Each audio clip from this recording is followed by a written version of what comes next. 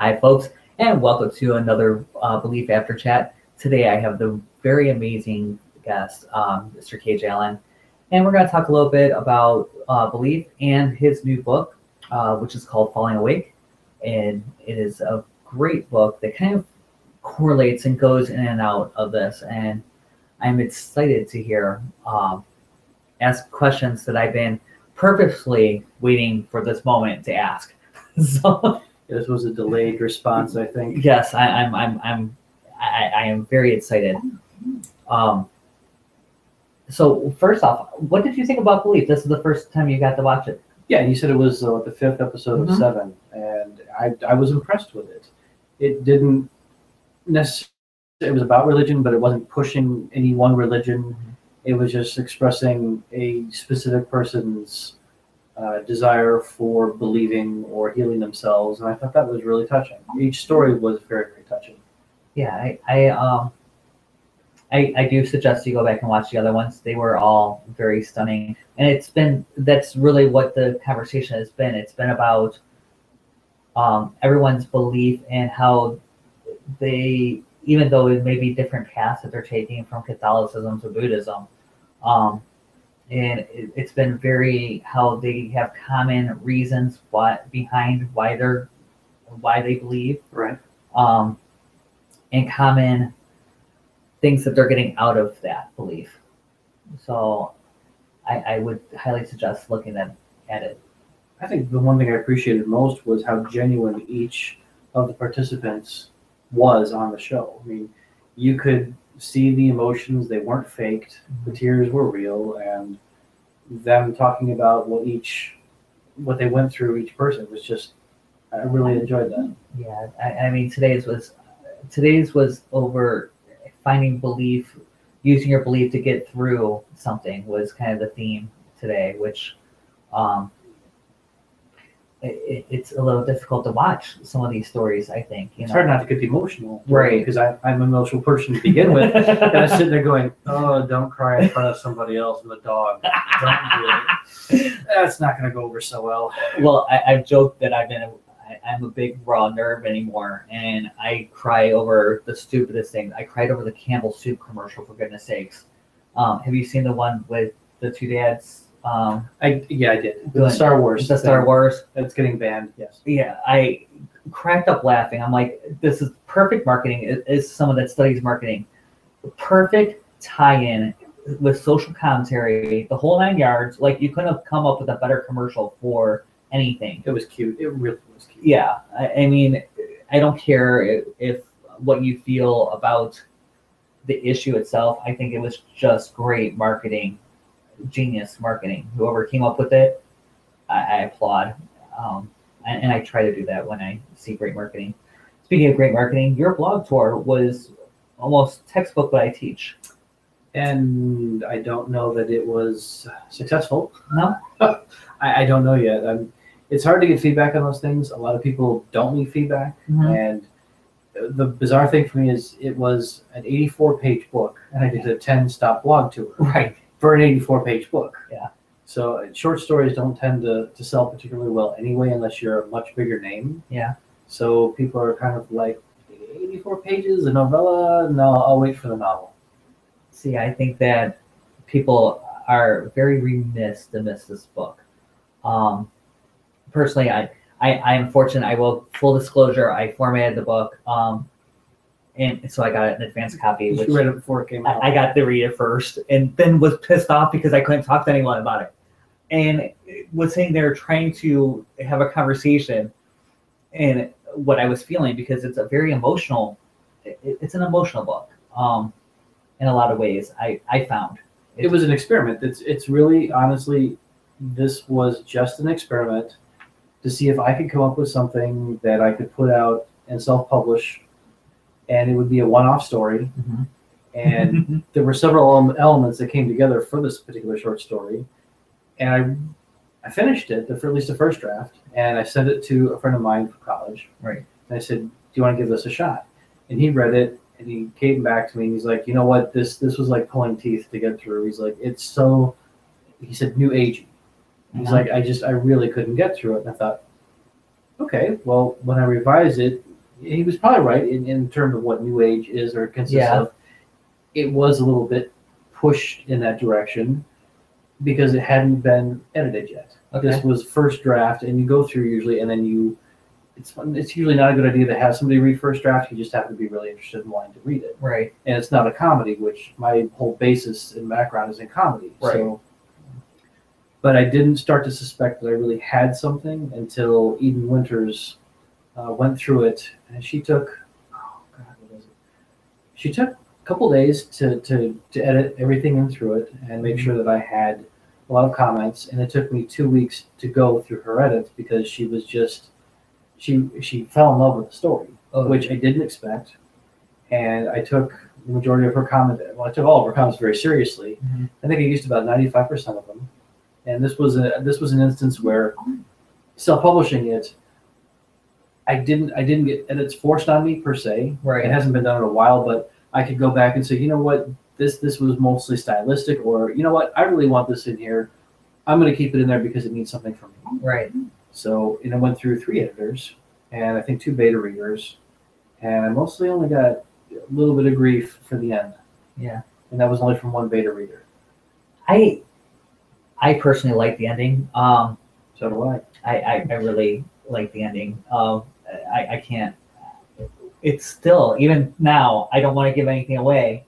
I cry every time I get to the end of it. Seriously, I still tear up and I'll cry at the end. I went through and was taking a couple notes in my head and looking through things that I had highlighted because I knew this interview was coming back before it even was released. I knew we were going to have this conversation. And so I went through some of the stuff I highlighted for me and purposely didn't send you, which normally with a lot of other people, I just send it to the author. I said, hey, what's going on here? Or did you realize this? And then and for you, I just said, hey, we're going to have a sit down conversation. we have to talk about this book. Hence, like inviting you, I do a lot of work at the Spiritual Life Center. My listeners all know that. I was thinking about going and buying 15, 20 copies of this and having them read it and having a discussion with you about it because it's that kind of, I can understand why they would think New Age. I can see that comment. But the funny thing is that it's not really New Age. Not so much. I mean, there was a lot more into it. Yeah. Having to deal with heart and light. Okay. I mean, It was all over the place. And I did cut back on it because it was overdone. Okay. So, and again, I feel sorry if anybody who has not read the story, which shame on you. Yes. Now, if you haven't read the story, try not to give away too much, but there are certain themes and motifs that go through this, heart and light being 2 of them. Yeah, one of the things that, I mean, I think it's safe to say that it happens in the interim. It's a reincarnation story, and it happens in between lives. And I kind of have to say that in order to get some of the other things out. You don't know that at the beginning. You kind of experience that with him, but it's so well, the confusion. Character essentially wakes up, for people who have not read it, who have just now wondering what's going on. Character wakes up and he's in an airport terminal. And over the first maybe quarter of the story, he's trying to figure out where he is because he doesn't remember who he is, why he's there. He has nothing on him but a ticket, which is how he figures out he's in an airplane or an airport terminal of some kind with a name on it that he doesn't recognize. He goes into a bathroom. He sees his face in the mirror. He has no recollection of who he is at all, doesn't recognize himself at all. And he stumbles around trying to figure out where he's at, trying to find somebody who can help him. And the place is crowded, but can't find any workers. And he ends up coming up to like a restaurant with no name. And there is a woman who was working at the restaurant. Her name is Martha. And she basically invites him in. And that's when the story starts to come together. Yeah, and it happens with conversations. The story is told through conversation, through stories. And if you haven't read a Kage Alan novel, he is a master at having conversations. And this one is very different from the rest of them, obviously. I don't know if I'm a master of conversation, but my books in the past tend to be, because they're comedies, a lot of the comedy comes from dialogue. It comes from all this dialogue and characters have and all this banter. And I really didn't have anything comedic in this particular book at all. No, actually. One or two lines maybe, and that's it. But not in a bad, I'm not saying in a bad way. It was much more drama based. And I think that, did you find, for one of the questions, the first question I want to ask, did you find it's a lot of the themes are based on Eastern religions, and did you find that having being married to a half Asian, half Chinese, did that influence that at all? Not directly. What influenced it is, one of the biggest elements of the story for me was this: as the main character wakes up and he sees himself in the mirror, he sees that he has a scar on his chin. And the first character that he meets who comes into the restaurant after he does is a Vietnamese young man who also has a scar on his chin. Mm-hmm. And I thought, it was inspired by a friend of mine who I met online on Facebook. And I have a scar under my chin, and so did he that I saw in the story, or saw online. So I incorporated that into it, and I thought, okay, well, he's Vietnamese. So I did a little research on Vietnam, and I talked to him extensively, used him on the cover, incidentally. Looked up, what is the religion of Vietnam, what are the belief systems, and a bit of Buddhism in there. And I thought, okay, well, let me look at some elements of Buddhism and see if there's anything that really would work within the story. Yeah. And that's how that got to be in there. Yeah, I mean, it does, the reincarnation theme itself, it is very Buddhist, very Eastern, Tao. A lot of the Eastern religions, kind of like a lot of the Catholic religions, they all kind of fan into each other. In the Christian faith, also they may practice slightly differently, but the core beliefs are there. In the Eastern religions, Buddhism, the Jains, we talked about them the other day on Oprah. They had a Jain in there. And a few others kind of dovetail in Taoism, all kind of dovetail in the same kind of themes. So for me, I just found it interesting knowing that you grew up here, seeing those kind of themes come out for you as much as they did. And being so, and of course you did a lot of research, but some I hate research. I am horrible at doing research, but this one I was forced to. What was the most interesting part for you when you were studying for this book? The most interesting part was looking for specific elements in the story that could tie the characters together. Mm-hmm. Especially with even the names of each character, there was a reason for them. The main character's name is Daniel, not much of a reason for that per se, but the first character he meets, and it's Tam, T-A-M, but it's pronounced a little differently in Vietnamese. I slaughter it every time I try. But Tam means something in Vietnamese. Okay. So I thought, okay, I'm trying to remember now if Daniel did have the meaning behind it. I think it does. Okay. So the two names I was looking for names, and I think I settled on Daniel first, and then I was looking for Vietnamese names, and I was looking for something that would go with the other name, and finally found it. Right.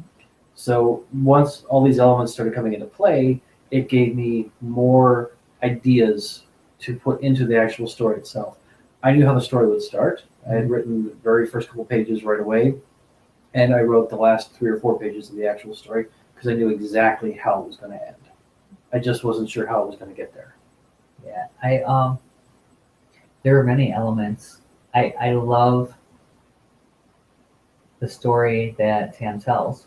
Actually, I think it's a gorgeous story, very well written and very interesting. Because I can't say anything about the story. It's a very interesting, very Vietnamese. It's very. Tam basically tells a story about a relative of his from a previous life, and Tam had always wanted to. It wasn't a relative by blood. It had to do with his great grandfather and meeting a very young child whose family had been killed by bandits in northern Vietnam. I want to say, I think when I timed it out, it was like the 1500s. And Tam was born later on after this other character had passed away. And he'd always wanted to meet he'd always wanted to meet the man and did not. And there was going to be a part of the story where he was going to have been born in another time period that Daniel was alive, and that ended up getting dropped because I couldn't quite make it work. Okay. So that got dropped. And originally, too, there were supposed to be 8 or 9 people who end up meeting at this particular table. Uh-huh. And it got to the point where it just felt like I was just telling another story after another story after another story, and it just wasn't going to work. So I narrowed it down in scope. I like the stories that you told. Each individual story comes together to tell the story of where his life is. And a couple themes that you hit was the light and dark souls. You know, Yes. the dark souls that you hit. And it was very, for me, I read this right after my brother passed. And dealing with that whole, one of the reasons why I didn't get a beta, I guess you said, is because my brother was dying when betas were reading it. And it was very helpful for me to see that, because you always ask why is this happening? And it was a really great explanation. Took a bit of work to come up with. I bet to tell it that well. I think that because it wasn't never in the story do you go through and say, well, this is what I believe, or this is what you should believe, or anything like that. So if you're thinking that it's gonna be preachy, it's really, really not. It's very story based. It's very interesting. It's very mellow because I wasn't trying to push any one particular belief Right. on anybody, especially a reader. Let them come. There's even a passage, a little dialogue between Martha and the character of Amanda, Mm-hmm. who is a character, one of the last characters you meet in the story. And I really struggled with a line because as they're leaving the restaurant, Martha hands Amanda a cup. And basically, they talked about a chef being in the back. And meanwhile, this is in the afterlife. This is like in limbo at the moment. And she says, he didn't forget you. Mm-hmm. You know, it's easy to think that may be the case, but it's not. And I had to reword that 4 or 5 times because if you're referring to he, are you referring to the chef? Are you referring to God? If you put he in the middle of a sentence, Right. you either have to say, no, I'm going to make a small h, so Right. it could refer to the chef, or you have to put a capital H in there. Now you're referring to God. Yeah. So the only way to get around that and not say, have someone say, oh, a guy's pushing God off on us or anything else, you put it at the beginning of the sentence and it's like totally left open to your interpretation. And I actually, it's one of the lines that stuck out to me, and I had highlighted that he didn't forget you because he was very, the chef character you have knew all. He knew what you were going to want and what you wanted to taste. It was one of the themes that I picked up on. More Martha than the chef because you never see the chef. You never talk to him. But she comes back with things. I saw it more as he gave her the stuff. She looks at the character of Daniel and she says, I think you're somebody who's going to like coney dogs or Swedish meatballs or a Vietnamese shrimp salad of some kind. And he says, okay. And then she goes and she gets some of those items. Okay. So she's actually the one who's intuitive about it, but you just never get to see who this particular chef is. Yeah, see, I read that opposite where he kind of gave it to her. So, but she obviously knew him when he came in. Or she's just very intuitive. True. Yeah. You never really know. Yeah. One of the things, because when I first read it, the first thing I thought was that it was going to get some backlash. And I know that one of the things from more of the Christian people of more Christian belief because of the afterlife, because of the multiple lives, reincarnation being a theme of that. Um, did you have any backlash from that? Oddly enough, no, but I didn't think I was going to get backlash from that. I thought I was going to get backlash because in the afterlife, when you think of souls, you don't think of the souls of having gender. Yeah. And in the afterlife, or at least in between, they're still seeing themselves or portraying themselves male and female, and you still have characters in this particular story who identify as gay and who identify as straight. Okay. So that's where I thought I was going to get the backlash from it. How can you write a story with religious overtones and still have characters who are gay? But I didn't even get any of that. So it's so well done, and because it's not pushed gay. You know what I mean? It's not like it's not an issue in the story. Right. It's a facet of the characters in the story, but it is not the story. Right. At all. It's very much more real life to me and you do that a lot though. I mean, let's face it, most of your stories, other than your first series, gay is there, but it's not the issue. Right. Yeah, you named the book Alias, but really it's not. It was a spoof of Alias, essentially. So right, and it wasn't pushing that they were gay. It was really pushing that it was a joke. Yeah. Whereas a funny thing, it was really about you coming out. So about the character coming out. So it was an issue as more. Right. And the character was having an issue with it, so that was what the story was. That's what provided the tension. In this particular story with Flying Awake, the tension didn't come from the characters being gay. The tension came from what ended up being a good versus evil historical sense still happening in our lives today, and what was causing it. And I love the storyline. I love the idea of Dark Soul. I like the idea that it came from, to me, it was very comforting. And why does this happen to me? Why do babies die? It answers so many questions that we would just say why, and there is no real answer to. The whole idea of, I think some of this came from, if you look at headlines today, school shootings, people disappearing, people being killed, random shootings. I mean, all this ugly stuff that's going on out there. I kept thinking, well, if somebody is doing these things, and let's say that reincarnation is real, and maybe it is, maybe it isn't, but if it is, and they keep coming back, does it escalate for them? And I thought, okay, well, human beings, you and I, we can catch a cold. We can catch a virus. What if it's possible that a soul catches some kind of virus? And do we have soul doctors out there per se? I mean, so the soul, as it gets reincarnated, it carries this thing with them, and it gets worse and worse and worse. And that's where I was coming from with that. Just when I was writing it, trying to see, will this work as an explanation? Well, that's kind of funny because that's a very Buddhist belief, is that you reincarnate, and the better you are, you reincarnate into higher forms of consciousness. So you may be a dung beetle because you were an asshole in your next life, and you have 12 souls. I want to say it's Buddhism, but it may be another Eastern. It's 12 souls. Okay.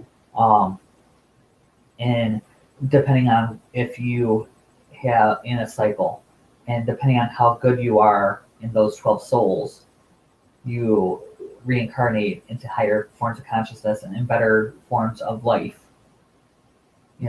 And one of the ways, the Jains, actually, this was one of the ways that you can break that cycle and your soul can be released, is by becoming a monk and serving the gods. Okay. Is one of the ways that they can break that cycle, and just by giving up their life totally to God, to what the gods actually in that case, because they're a multi-pantheon. But and I found that interesting that you put that in there, is that you can, not necessarily in the amount of souls, but you can add on darkness in such a way. What was interesting for me though too, as a writer and writing this, was dealing with the issue of when you come back, as the characters do in the story, or some of the characters have been around a couple of times, a couple of lifetimes, not remembering your previous lives. Mm-hmm. It being sort of this unwritten rule that as you're born, you lose the knowledge and memory of your previous lives, like plugging into something. Mm-hmm. And when you're done, you come back. My thought is you would remember them, maybe not right away, but over a short period of time, it would come back. And it provided, I think, one of a couple of my favorite moments in the story when I think it's the last chapter, the two mothers are having a conversation. When you meet young Daniel, who's been reincarnated, and young Tam, and the mother talks about how when Tam was born, the doctors in the delivery room people were saying they would never have believed it if they hadn't seen it with their own eyes.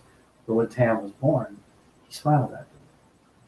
Because I think instinctively, intuitively, he knew why he was coming back. Right. So that was a really, really wonderful moment for me as a writer to be able to write, and hopefully, if done well, come across and people read it and feel somewhat similarly.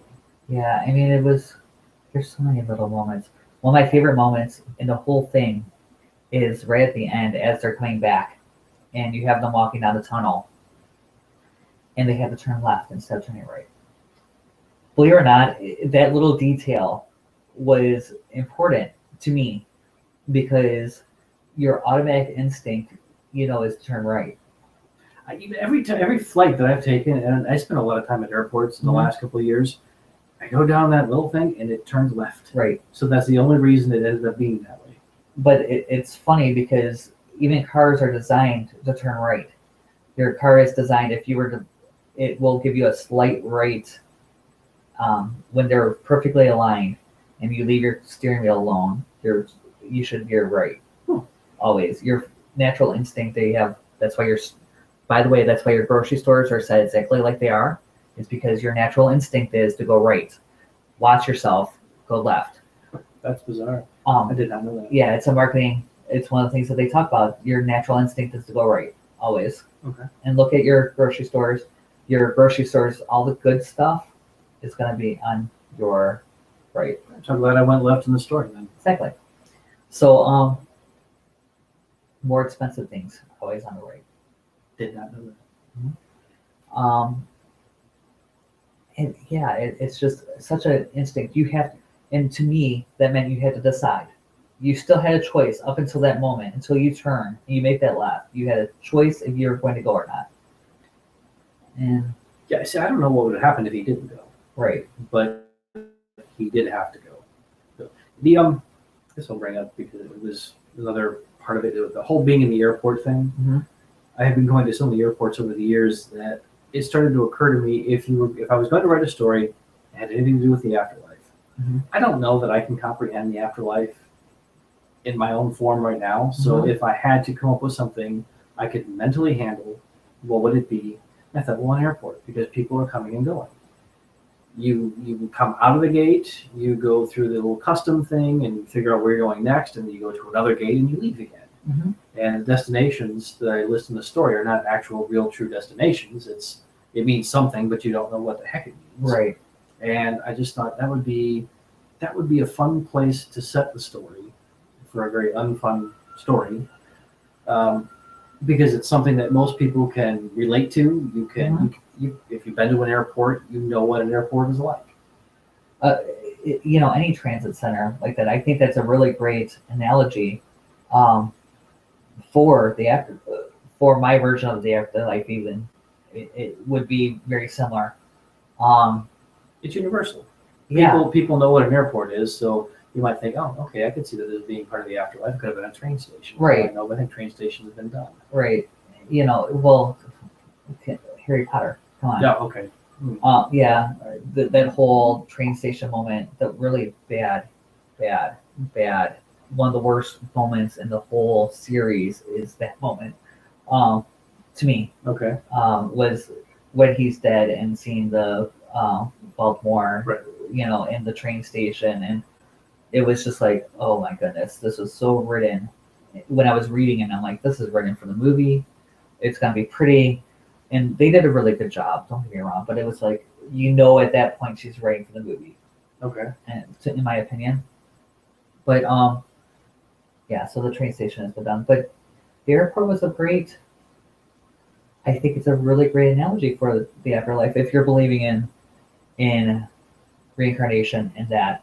One of the things I think that you had said to me when I had mentioned one of the few things I did mention is about the Christian, maybe having some issues with it, and just to have you have something ready, kind of a prep of that. And one of the things you said was, didn't you get the escalator? Oh, up and down escalators. okay. What Jeff is referring to is in an explanation. I think it was Tam. I'm trying to remember which character it was now. It may have been Tam.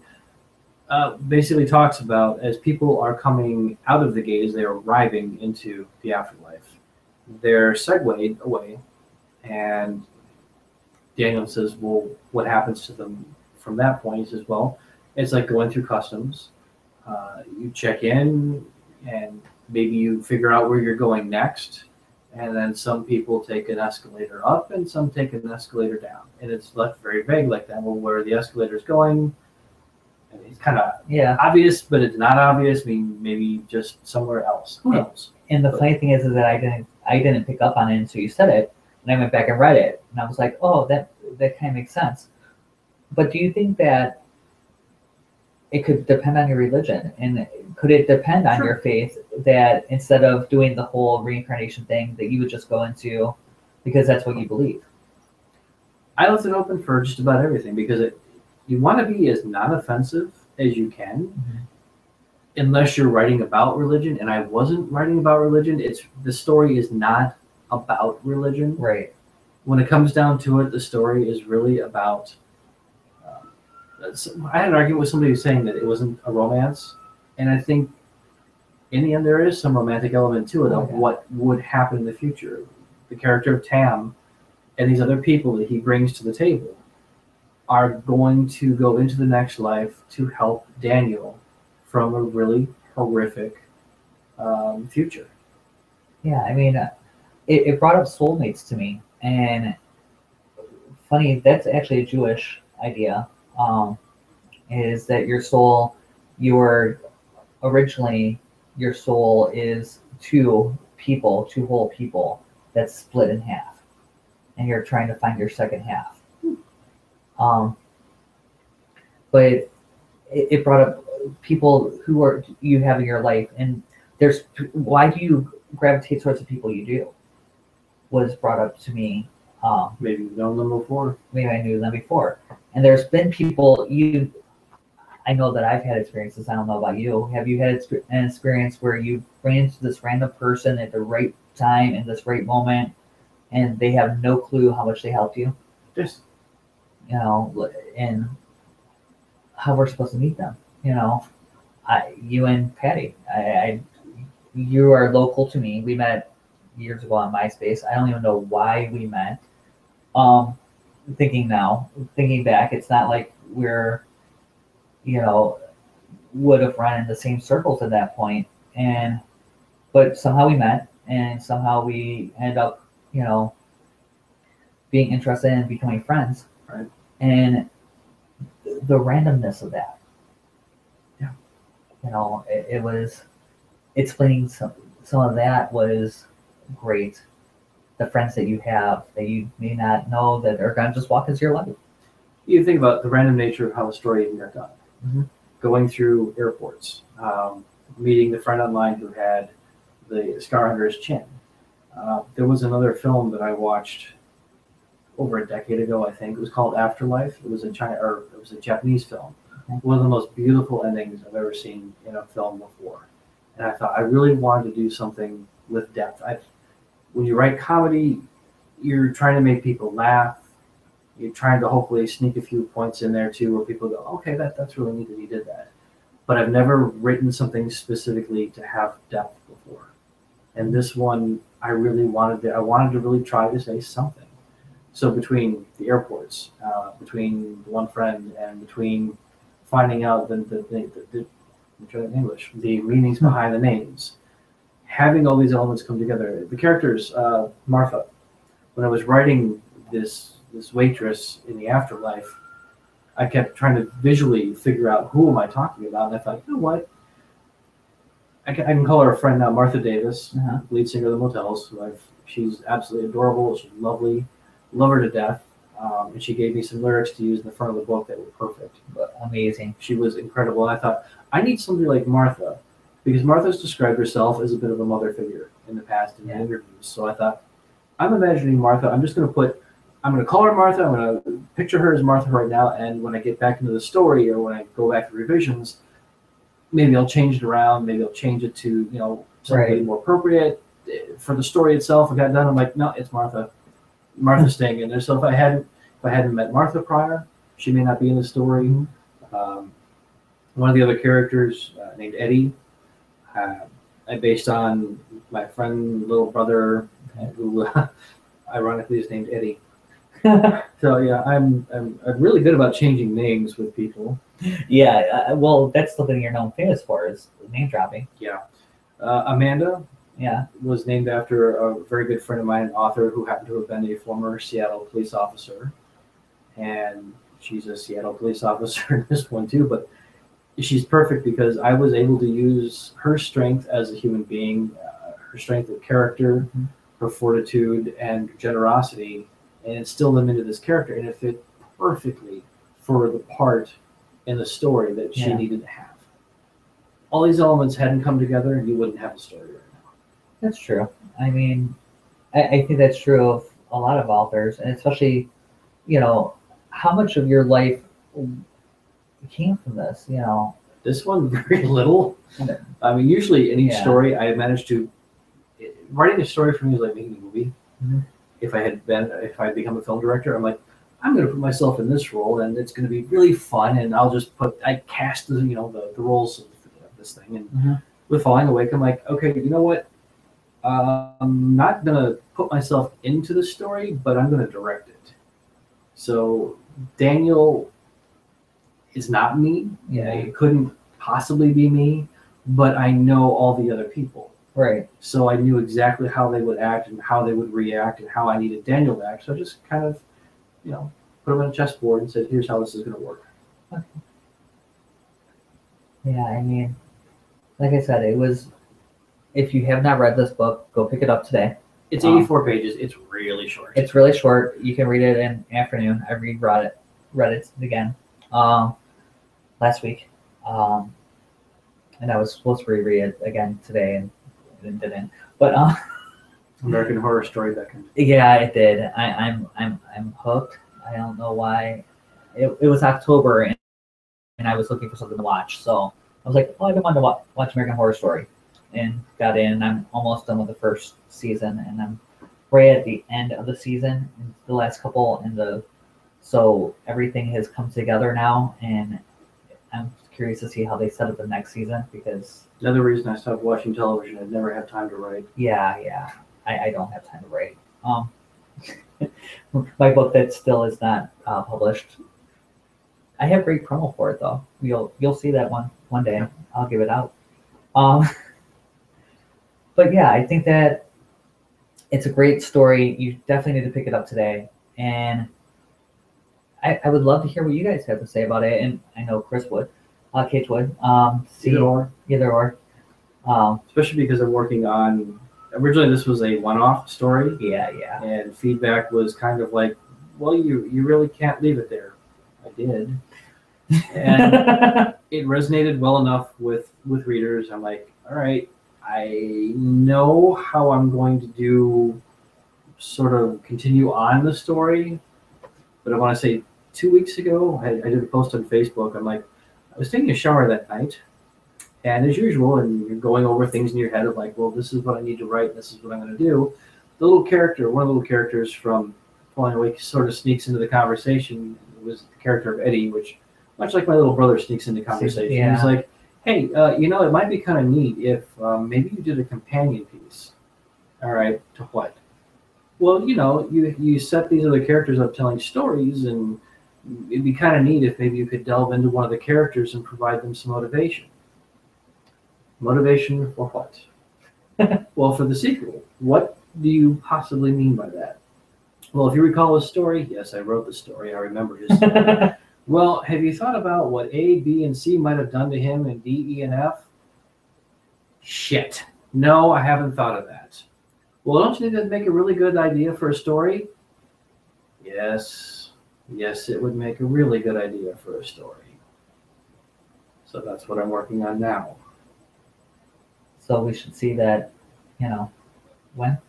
Earliest would probably be several months into next year.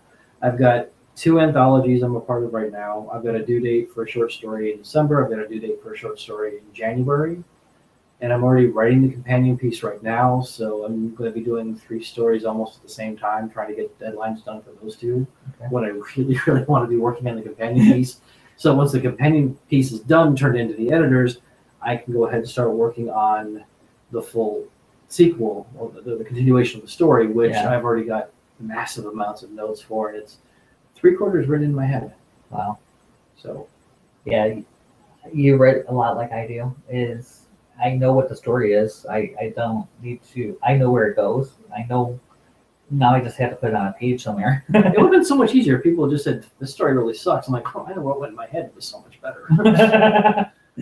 Yeah, no, the story definitely does not suck. Pick it up today. Thank you for coming out. My pleasure. Thank you. And sitting with me. I don't want everybody to start getting bored. No. No. And I don't want to give any. I feel like if I say anything else, I'm going to give out a major plot line. So you are loved. As always, thank you so much for coming out, and I will see you again soon. Yes, sushi. Yeah, sushi. Yeah.